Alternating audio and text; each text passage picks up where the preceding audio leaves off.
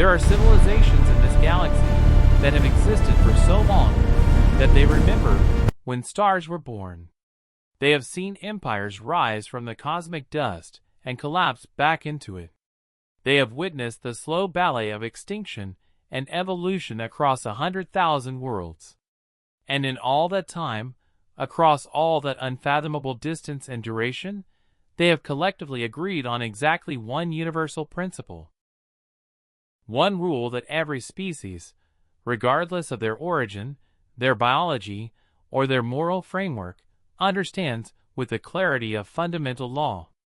The rule is simple. The rule is absolute.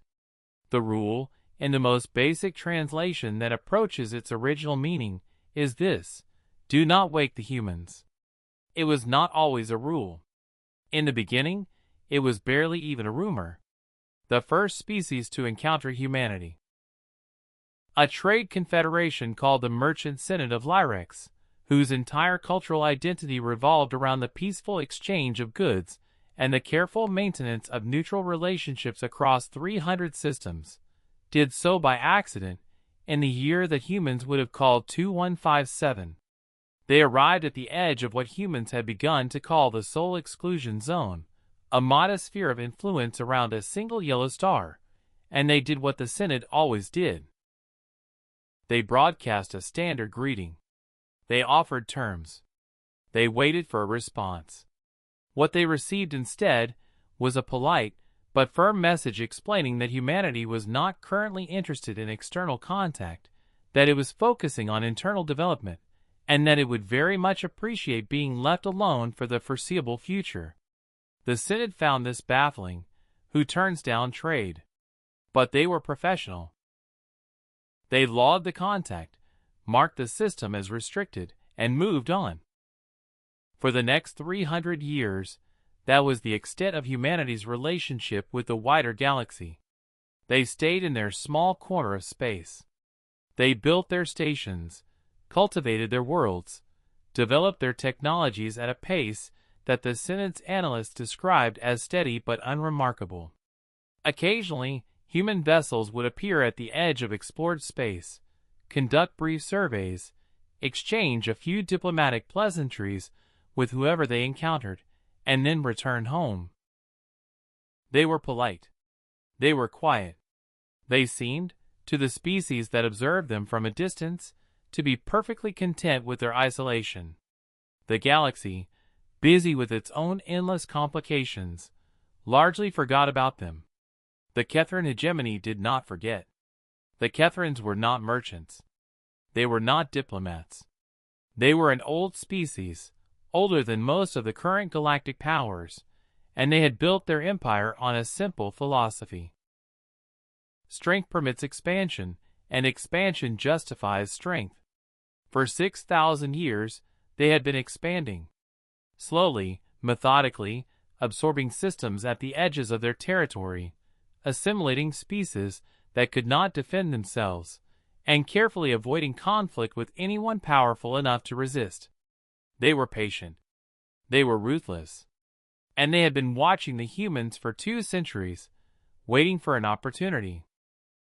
The opportunity came in 2461, when a human mining colony on the edge of the Soul Exclusion Zone suffered a catastrophic reactor failure that killed 3,000 people and left another 12,000 stranded without support. The disaster was public. The human government's response was immediate. They dispatched relief ships. They mobilized rescue operations. They did everything that could be expected of a civilization dealing with tragedy. But there was a gap. A window of 6 weeks between the disaster and the arrival of adequate support, during which the survivors were vulnerable, desperate, and cut off from assistance. The Kethran hegemony, observing this, made a decision. They sent a fleet to the colony. They offered aid. They presented it as a humanitarian gesture, a hand extended across the darkness of space to a neighbor in need. The human government, stretched thin by the disaster and grateful for assistance, accepted. The aid was genuine. The Kethrans provided food, medical supplies, temporary habitation modules, everything necessary to stabilize the situation. And in exchange, they asked for very little. Just a small concession. Just a minor adjustment to the boundaries of the exclusion zone. Just one system, barely colonized, of negligible strategic value. The human diplomats, exhausted and grieving and backed into a corner by circumstance, agreed. The treaty was signed. The Kethrans moved in. And for the first time in 300 years, humanity's borders contracted instead of expanded. The Merchant Synod, monitoring this development from their neutral networks, issued a quiet advisory to their members. The advisory was brief. It noted the Kethran incursion.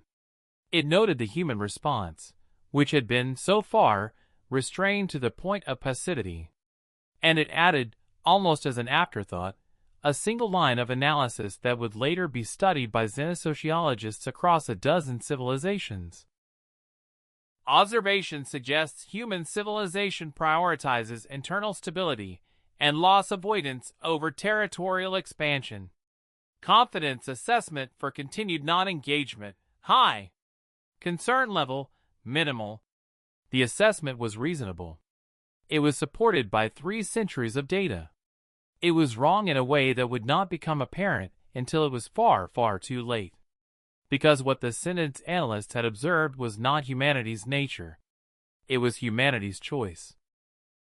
Humanity had not been passive for 300 years because it was weak. It had been passive because it had decided, collectively and with great deliberation, that it had seen enough war. It had fought itself nearly to extinction twice in the span of a single century. It had burned its own cities, poisoned its own atmosphere, and learned, at a cost that still echoed through its cultural memory, exactly what violence does to the species that wields it. And so it had made a choice. It had chosen to turn inward, to build rather than conquer, to heal rather than expand. It had chosen to sleep. The Kethrans, confident in their analysis and emboldened by their success, took another system 6 months later, then another, then 3 more in the span of a year. Each time, they offered justifications, strategic security, economic integration, humanitarian intervention in response to some manufactured crisis. Each time, the human government issued formal protests and did nothing else. The galaxy watched. And slowly, carefully, other species began to reconsider their own restraint. If the humans would not defend their territory, perhaps their territory was not worth defending. Perhaps the exclusion zone was not a boundary but an invitation. Perhaps, after 3 centuries of caution, it was time to test whether humanity's quietness was principle or just weakness waiting to be exploited. The Kethran High Command, reviewing the campaign's progress in the 4th year of expansion, authorized the annexation of a human colony world called New Geneva, a planet of 40 million people, fully developed, with agricultural and industrial output that would make it a significant prize. It would be the largest acquisition yet. The boldest move. The clearest message. They sent the fleet in the middle of the local night. They broadcast their terms at dawn.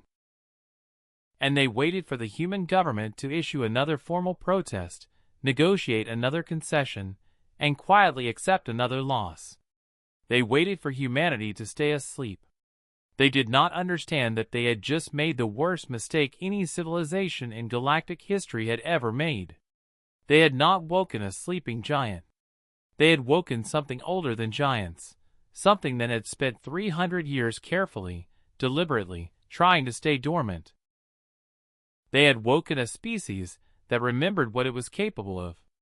And that memory, once fully recalled, would reshape the borders of known space in ways that no intelligence assessment, no strategic analysis, no certainty built on observation could possibly predict.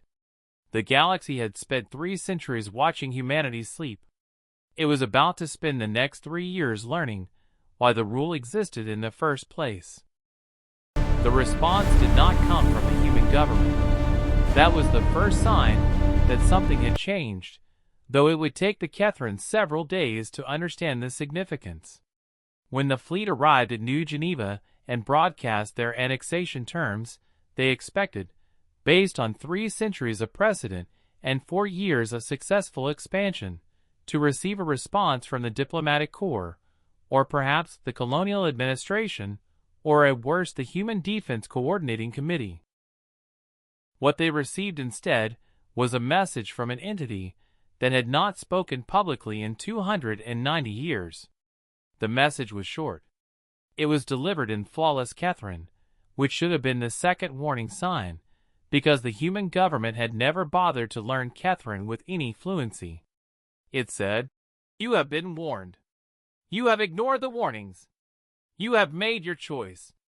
We have made ours." The message was not signed. It did not need to be.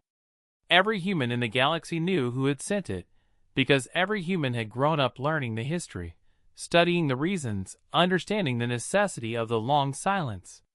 The message had come from an organization that humanity had not disbanded after its last great war, but had instead placed into a state of suspended readiness. A military structure so powerful, so total, so deeply integrated into human civilization's industrial and logistical capacity that the decision to activate it was not a matter of mobilization but a permission. They called it, in the simplified translation that most species understood, the Warden Protocols. Its full name, in the original human languages, was longer and carried connotations that did not translate cleanly. The collective defense architecture for the preservation of species survival and the prevention of extinction-level aggression. Humanity had built it during the worst years of its own internal wars, when it became clear that the weapons they had created were powerful enough to end their entire civilization in an afternoon. They had built it as a safeguard, a tripwire, a system that would only activate if the species itself was threatened with destruction. The Kethrans had just activated it by occupying a world of 40 million humans. The first Kethran supply convoy to New Geneva disappeared 18 hours after the message was sent. It simply failed to arrive at its scheduled transit point. The fleet commander, reviewing the telemetry, found nothing: no debris field, no distress signal, no evidence of weapons fire. The convoy had been there, and then it had not been there, and the space between those two states contained no data at all. He ordered a search. The search ships did not return. He ordered a full sensor sweep of the approach corridor. The sweep detected something that caused the Kethran technicians to review their equipment 3 times before reporting it, because the reading made no sense. The corridor, a stretch of open space between 2 unremarkable systems, was gone. Not destroyed, not disrupted, gone. In its place was a region of space that every scanner on the ship reported as a navigational hazard so severe that attempting to pass through it would result in immediate catastrophic failure to any vessel's faster-than-light drive. The Kethrans had encountered interdiction fields before. Every major military power used them to control strategic choke points. But this was not an interdiction field. This was a wall, a barrier 2 light-years wide, constructed in less than 24 hours, that cut off every faster-than-light approach to New Geneva. The fleet was trapped in the system. The supplies they had brought would last 3 months. After that, they would have to choose between starvation and surrender. The High Command, receiving this report, did something they had not done in 6,000 years of military operations. They issued an immediate recall order to every Kethran vessel in human space. Not a tactical withdrawal. Not a strategic repositioning. A recall. An evacuation. A full retreat from every system they had taken, executed with the kind of speed that usually indicates panic. The order specified that ships were to leave in convoys, maintain full defensive postures, and under no circumstances attempt to engage human forces if encountered. That last instruction was the clearest admission that the Kethrans understood, with sudden and terrible clarity that they had miscalculated. The human ships appeared 3 days later. They did not arrive in the way that normal ships arrive, through predictable transit points that could be monitored and defended. They arrived everywhere at once, dropping into normal space at distances that should have been impossible for accurate faster-than-light navigation, surrounding the Catherine positions in New Geneva's orbit with a precision that suggested they had always been there, just waiting to be seen. There were not many of them. That was the detail that Catherine intelligence officers, reviewing the engagement recordings later, would fixate on with a kind of horrified fascination. There were perhaps 30 ships total. The Catherine fleet had 200. But the 30 human ships were not vessels that anyone in the galaxy had seen before, because they had been built during the silence, refined over 3 centuries of development that had no outside observers, designed according to principles that made sense only if your species had spent the last 300 years thinking very carefully about how to fight wars it desperately hoped never to fight. The lead human vessel broadcast a message to the Catherine fleet commander. The message was polite. It explained that the occupation of New Geneva constituted an act of war under every legal framework that humanity recognized. It explained that the Warden Protocols had been activated. It explained that the Catherine forces had one opportunity to withdraw peacefully, and that this opportunity would remain available for exactly 12 hours.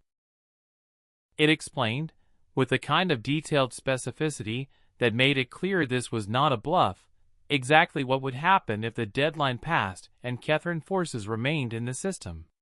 Then it waited. The Catherine fleet commander was not a fool. He had spent 40 years in military service. He had fought in 17 campaigns. He understood the language of power when it was being spoken to him. He looked at the human ships on his scanner, 30 vessels against his 200, and he saw something that every instinct in his body told him to fear. He saw ships that were not postured for battle. They were simply present, the way a dam is present at the top of a valley, or the way a landslide is present at the moment before it begins to move. He requested instructions from the High Command. The High Command, to their credit, gave him exactly one order: leave. Immediately. Do not engage. Do not delay. Leave. The Catherine fleet left. All 200 ships, withdrawing in convoy, moving as quickly as their drives would allow, abandoning 4 years of territorial gains in less than 12 hours. They left behind their garrisons, their supply depots, their administrative infrastructure, and approximately 6,000 Catherine personnel who had been stationed on the worlds they had taken. Those personnel were not harmed. They were simply collected, efficiently and without drama, by human forces that arrived within hours of the fleet's departure. They were held in comfortable detention for 3 weeks while diplomatic channels were re-established. Then they were returned to Catherine space with a message. The message was longer this time. It explained, in detail, why the Warden Protocols existed. It explained what humanity had done to itself before it learned to sleep. It explained, with a kind of exhaustive documentation that left no room for interpretation, exactly how much force humanity was capable of bringing to bear if the protocols remained active. And then it made an offer. Humanity would return to its silence. It would go back to sleep. It would retreat to its borders and remain there, bothering no one, threatening no one, as it had for 3 centuries. But the price for that silence was absolute. The borders would be respected. The exclusion zone would be honored. And any species that violated those terms would discover, as the Catherines had discovered, that humanity's quietness was not weakness. It was a choice.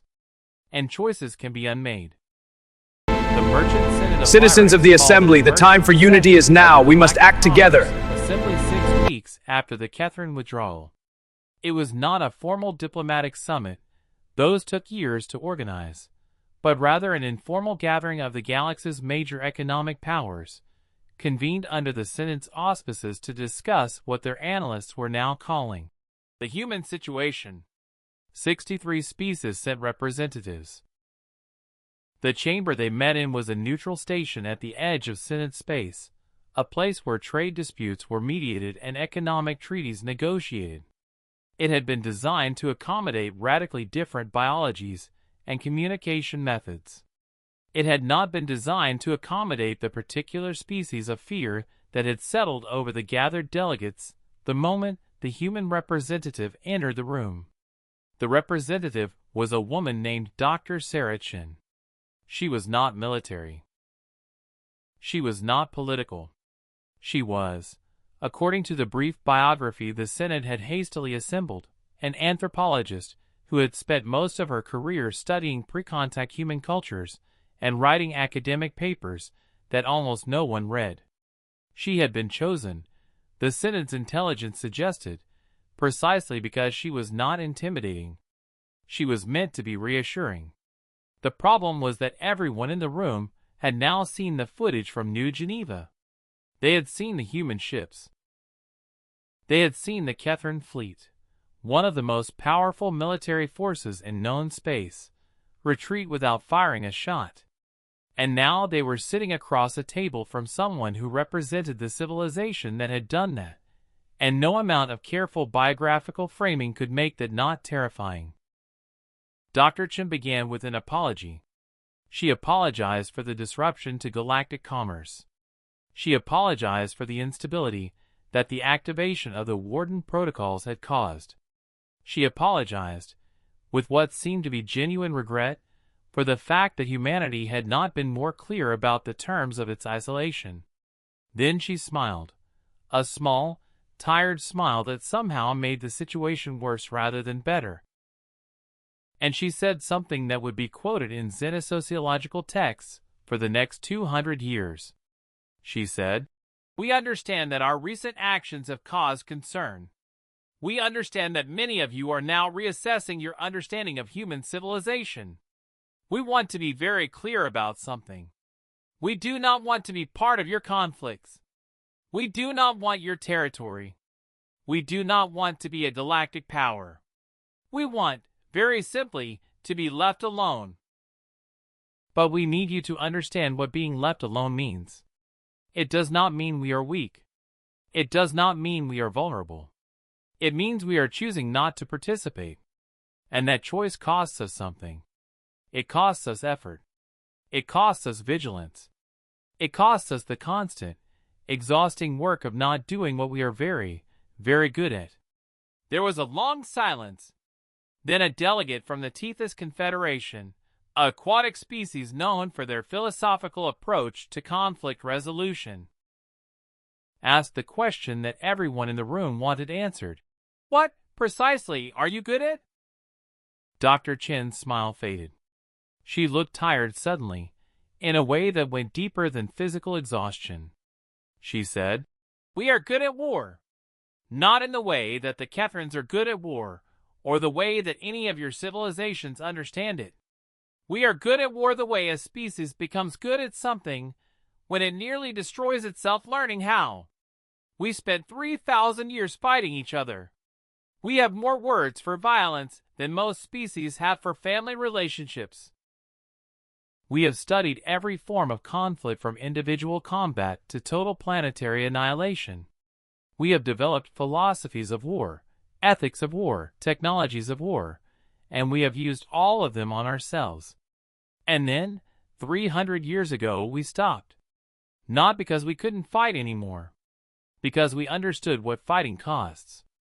We understood that a species that is good at war is a species that is dangerous to itself and everyone near it. So we chose to sleep. We built the Warden protocols as an alarm clock, something that would only wake us if we were about to be destroyed." The Kethrans rang the alarm.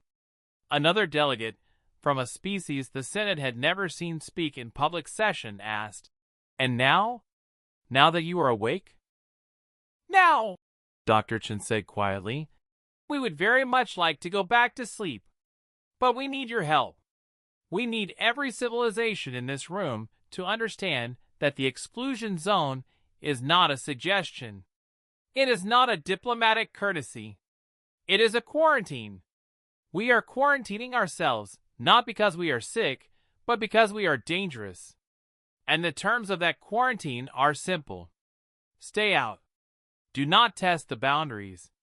Do not assume that our restraint is permanent. Because if we are forced to stay awake, if we are forced to maintain active military operations, to keep the Warden protocols engaged, to treat the galaxy as a threat environment rather than a neighborhood, then we will adapt to that. We will become what we need to be to survive. And you will not like what we become. The Senate's lead diplomat, a being whose species had been facilitating trade negotiations for 5,000 years, asked the question carefully. Are you threatening us? No, Dr. Chen said, and she sounded genuinely sad. We are begging you. We are asking you, as neighbors, as fellow civilizations trying to survive in a difficult universe, to let us be what we are trying to be. We are trying to be peaceful. We are trying to be quiet. We are trying to prove that a species can choose to stop fighting. But that only works if you meet us halfway. That only works if you respect the choice we are making.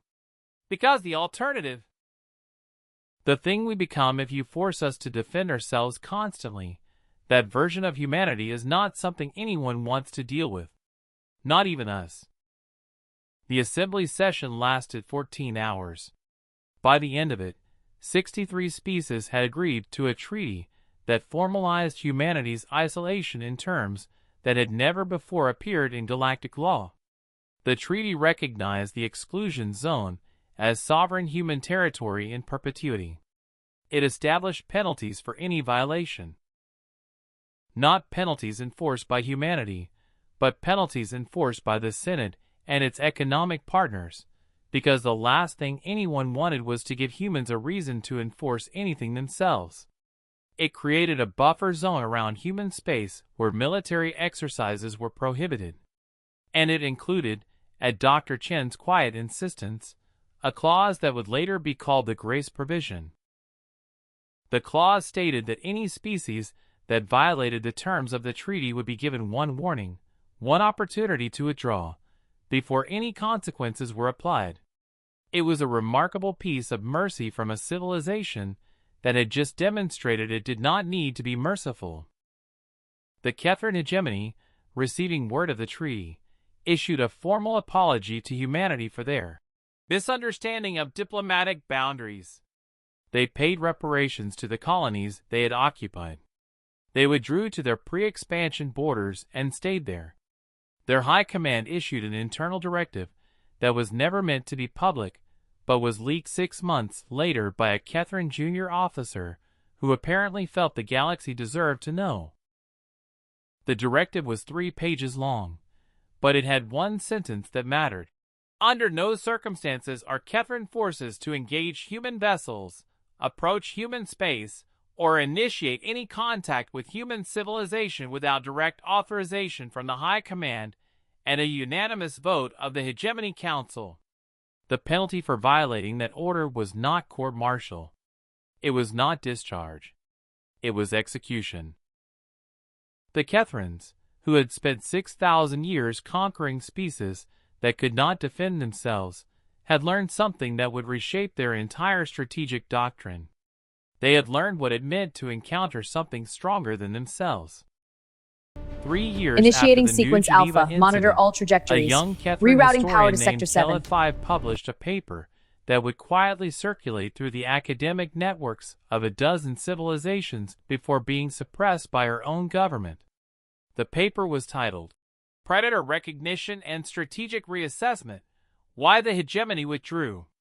It was not particularly inflammatory.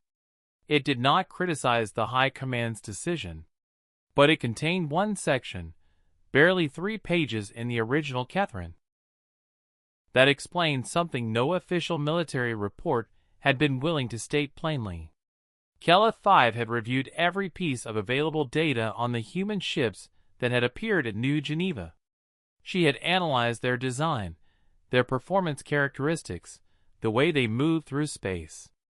and she had compared them to the historical database of ship designs from every major military power over the last 10,000 years. Her conclusion was simple and devastating. The human ships were old. Not old in the sense of outdated or obsolete. Old in the sense of refined, mature, perfected. The design showed evidence of centuries of development, of iteration and testing and improvement that had produced vessels with capabilities that suggested the humans understood naval warfare at a level that most civilizations never reached. But that was not the alarming part. The alarming part was what the designs implied about human military theory. Every ship in the galaxy was designed according to one of three basic doctrines: overwhelming firepower, superior mobility, or advanced defense. The human ships did not follow any of these doctrines. They were designed according to a principle that Kella 5 called systemic suppression, the idea that the purpose of a warship was not to destroy enemy vessels, but to render them irrelevant. The human ships at New Geneva had not threatened the Kethran fleet. They had simply made it impossible for the Kethran fleet to accomplish any objective.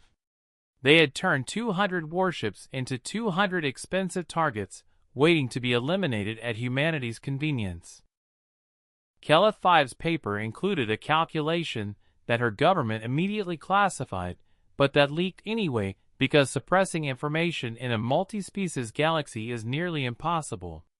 The calculation estimated how many human ships would be necessary to achieve systemic suppression against the combined military forces of the 5 largest galactic powers. The answer was 240 vessels. Not 240,000. Not 240 fleets. 240 individual ships, if they were designed according to the principles visible in the New Geneva engagement. The implication was staggering. It meant that humanity, if it chose to, could render the entire existing military balance of galactic power obsolete with a force smaller than most nations' patrol fleets. It meant that the exclusion zone was not a defensive posture. It was a prison that humanity had built for itself, because the alternative was a galaxy where humans were the dominant military power, and everyone else was negotiating for survival. The Synod, reading Kella 5's paper through channels they would never publicly acknowledge, commissioned their own analysis. They brought in their best strategic theorists, their most experienced military consultants, and their most creative xenosociologists. They asked a simple question: if humans wanted to conquer the galaxy, how would they do it? The answer came back in 6 months, and it was worse than anyone had hoped. The analysis concluded that humanity would not need to conquer the galaxy. They would simply need to demonstrate that they could. They would need to engage in 1 or 2 high-profile campaigns against species that were considered militarily powerful, win those campaigns with minimal losses, and then broadcast the results. The psychological impact would be sufficient. Species would surrender preemptively. Trade routes would reconfigure to accommodate human interests. Political alliances would collapse and reform around the need to avoid human attention. The galaxy would restructure itself to avoid conflict with humanity, not because humanity demanded it, but because the alternative was too dangerous to contemplate. The Synod's senior strategist, presenting this analysis to the Assembly, included a personal note at the end of his report. He wrote, "I have spent 50 years studying conflict in all its forms. I have analyzed thousands of wars, rebellions, and political realignments. I have never encountered a situation quite like this. We are not dealing with a conventional military threat. We are dealing with a civilization that has achieved something that most species never reach. They have become powerful enough that they frighten themselves. They built the Warden protocols not to protect themselves from us, but to protect us from themselves. And that restraint, that choice to remain dormant despite having the capacity to dominate, is the only thing standing between the current galactic order and complete restructuring. My professional recommendation is that we do everything in our power to help humanity maintain that restraint. Because the alternative is a galaxy where the most powerful military force is operated by a species that does not want power, does not want territory, and does not want to fight. And I cannot think of anything more dangerous than a cornered civilization that is desperately trying not to hurt anyone. The message spread, not through official channels, those were carefully controlled, carefully sanitized, but through the networks that always spread truth faster than propaganda. Military officers talked to each other across species lines. Traders carried stories. Researchers shared data. And slowly, carefully, the galaxy began to understand what had actually happened at New Geneva. They had not witnessed a territorial dispute. They had not witnessed a military flexing its strength. They had witnessed something much rarer and much more precious. They had witnessed a powerful civilization choosing restraint. And that choice, fragile as it was, had become something that everyone with sense had decided to protect. There were exceptions. There are always exceptions. Small powers with large ambitions, criminal organizations that operated outside governmental oversight, isolated colonies that made stupid decisions out of ignorance or desperation. Most of them learned. A few did not. And each time someone violated the exclusion zone, humanity responded with the same careful precision they had shown at New Geneva. They did not escalate. They did not punish beyond what was necessary to restore the boundary. They did not hold grudges or demand tribute or make examples. They simply corrected the violation and went back to sleep. It was, in its way, the most terrifying display of power the galaxy had ever seen, because it demonstrated control. And a species that can control its own strength is a species that cannot be predicted, cannot be manipulated, and cannot be safely ignored. 15 years after New Geneva, a human child named Marcus Webb was born on a station at the edge of the exclusion zone. He grew up hearing the stories, every human child did, about the time before the silence, about the wars that nearly ended everything, about the choice that humanity had made to step back from the edge. He learned about the warden protocols in school, the way children in other civilizations learned about their own histories and myths. But for Marcus, growing up in the generation that had been born into the silence, the protocols were not history. They were a presence, a weight, a thing that shaped his understanding of what it meant to be human in a galaxy full of other species, who had learned to be very, very careful around his people.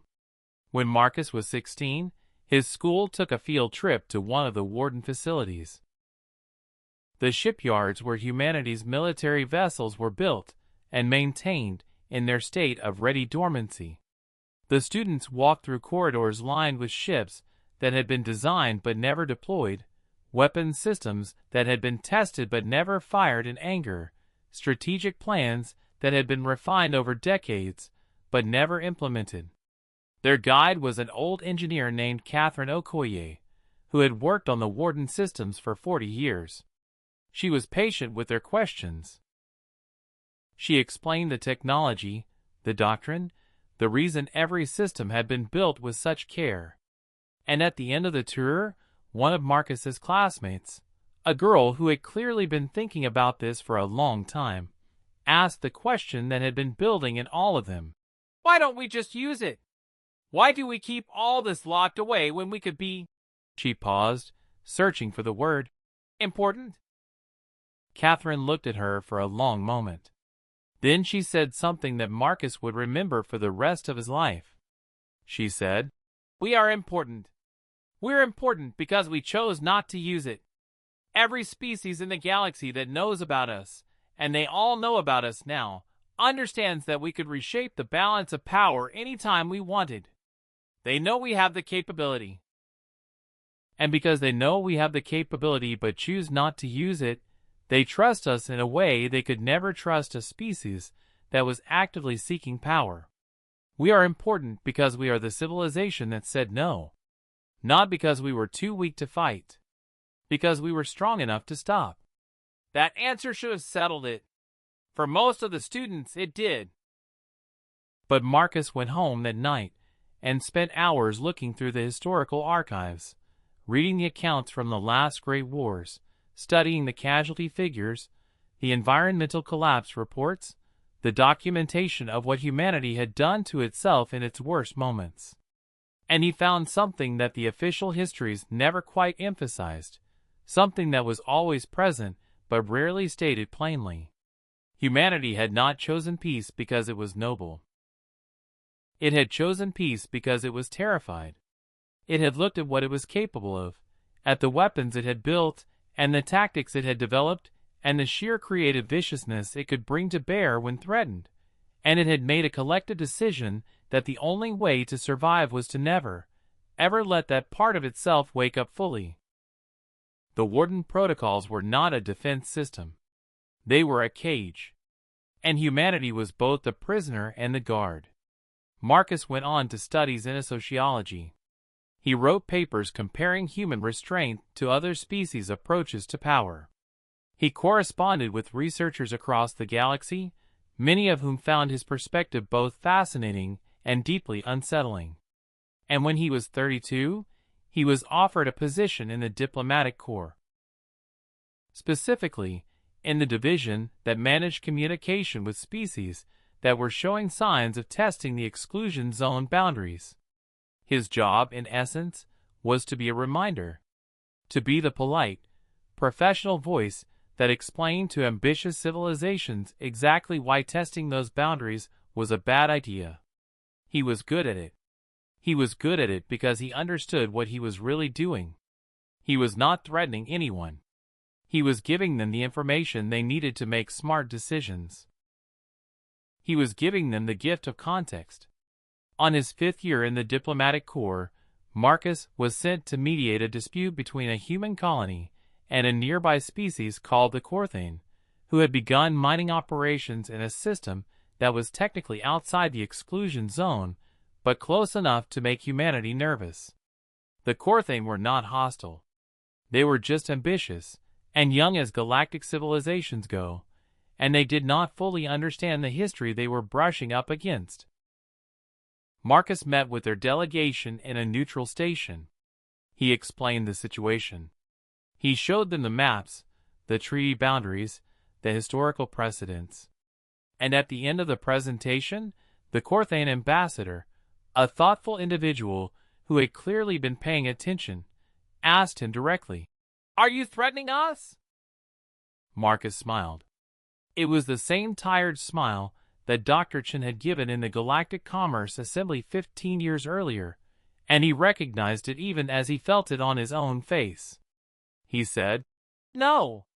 I'm trying to save you from making a mistake that would force us to respond. Because if we have to respond, then the Warden Protocols stay active a little longer. And every day they stay active is a day that humanity is awake, alert, and thinking about threats. And the problem with being awake is that eventually you start seeing threats everywhere. You start planning for contingencies. You start preparing for conflicts that haven't happened yet but might. And a humanity that is constantly preparing for war is a humanity that is one step closer to becoming what we spent 3 centuries trying not to be. So no, I'm not threatening you. I'm asking you to help us. Help us stay asleep. Help us maintain the choice we made. Because if we lose that choice, if we are forced to be what we're capable of being, then everyone loses, including us." The Corthane withdrew their mining operation. They issued a formal apology, and their ambassador, in a private communication to Marcus that was never meant to be public, said something that Marcus would quote in his own reports for years afterward. The ambassador said, "We came to this meeting thinking you were going to tell us how powerful you were. Instead, you told us how frightening you find yourselves." That is the most honest thing any civilization has ever said to us. Thank you for trusting us with that honesty. The galaxy has spent 20 years learning to live with humanity's silence. It has not been perfect. There have been violations, misunderstandings, and moments where the Warden protocols have had to activate briefly to remind someone of the rules. But the rule holds. The exclusion zone is respected. And humanity continues its long, careful experiment in self-restraint, not because it is weak, not because it is naive, but because it understands something that most species never have to learn. It understands that power is easy, restraint is hard, and the hardest thing any civilization can do is build something capable of terrible violence and then choose, every single day, not to use it. There are civilizations in this galaxy that have existed for so long that they remember when stars were born. And all of them, every single one, knows the rule now. The rule is simple. The rule is absolute. The rule is this: do not wake the humans. Because the humans are trying very, very hard to stay asleep. And the thing they become when they wake up is not something anyone, least of all humanity itself, wants to see unleashed. The universe had one rule. For 20 years, everyone has been smart enough to follow it. And in that restraint, in that collective choice to let humanity maintain its silence, the galaxy has achieved something rare and precious. It has learned what peace looks like when the most dangerous species in known space is the one that wants it most.